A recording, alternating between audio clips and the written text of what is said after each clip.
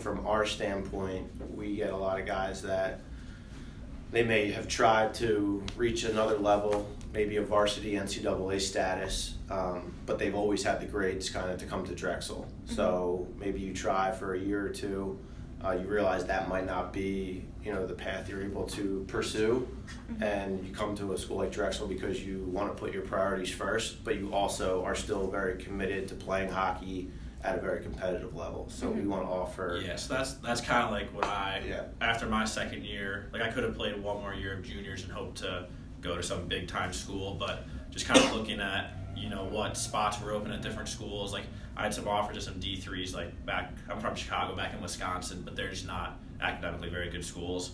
So for me, I chose to go somewhere where I can get a better academics rather than just go focus on somewhere just to play hockey. How did you transition from being like a player where they're all at to being a coach? It kind of just fell into my lap a little bit, to be honest. Back when I was playing here, you can only play for 4 years. Being a 5-year school, you're obviously still around the campus, but you're not able to play anymore. So for that 5th year when I was a senior and not playing, I asked to just kind of come on as an assistant coach or just helping out. As Church said, a lot of times you're done playing, but you're not done with the game.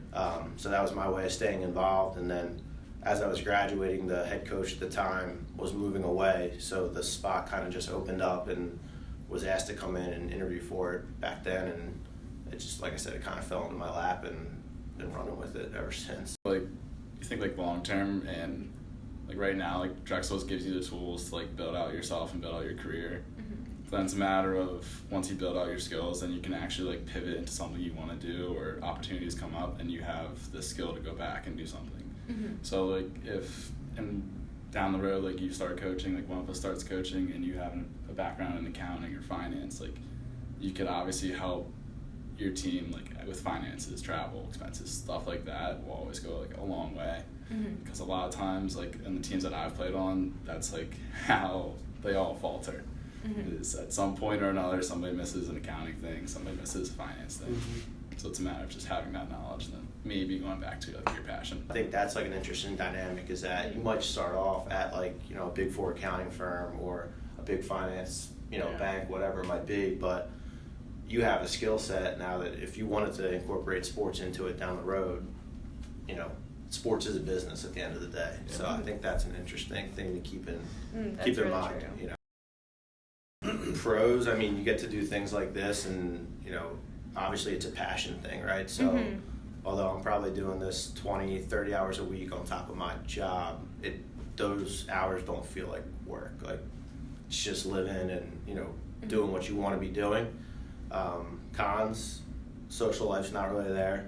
Sleep is not as much as you'd like it to be, but I just think at the end of the day, like what you get out of this, at least for me right now, is not necessarily is more rewarding than what I'm getting for going and working for 40 hours at a company on a day-to-day. So I don't know, you just get different things out of this that you don't get out of a business.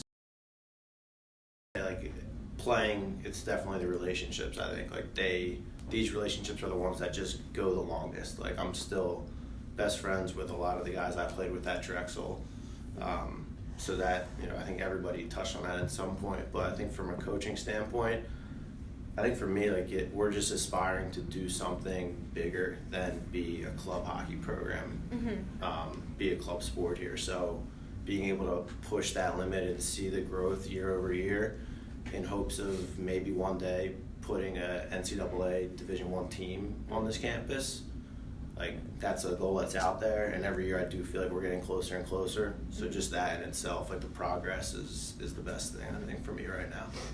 I think like when you listen to guys who played for a while and retire, they say like what you miss the most is like being around everybody, being in the locker room, like taking all the road trips, your bus trips and whatnot and everything. Like there's times you don't miss being sore from like a practice or a game or something, but you'll always miss like just being in the locker room, being around everybody. Now there's 55 hockey players on campus, so you can talk about word of mouth.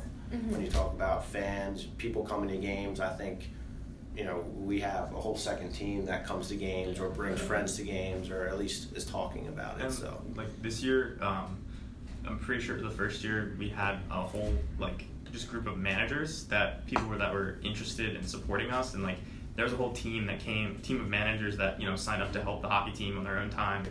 They would come, they would do music at the games, they would do stats, they would just everything from publicity to cameras. We have Bob Long, who's our announcer now, and I just think that I just think all that combined is just really taking us to the next level. And I mean, this is just the first year it's been implemented, so it can only go up from here.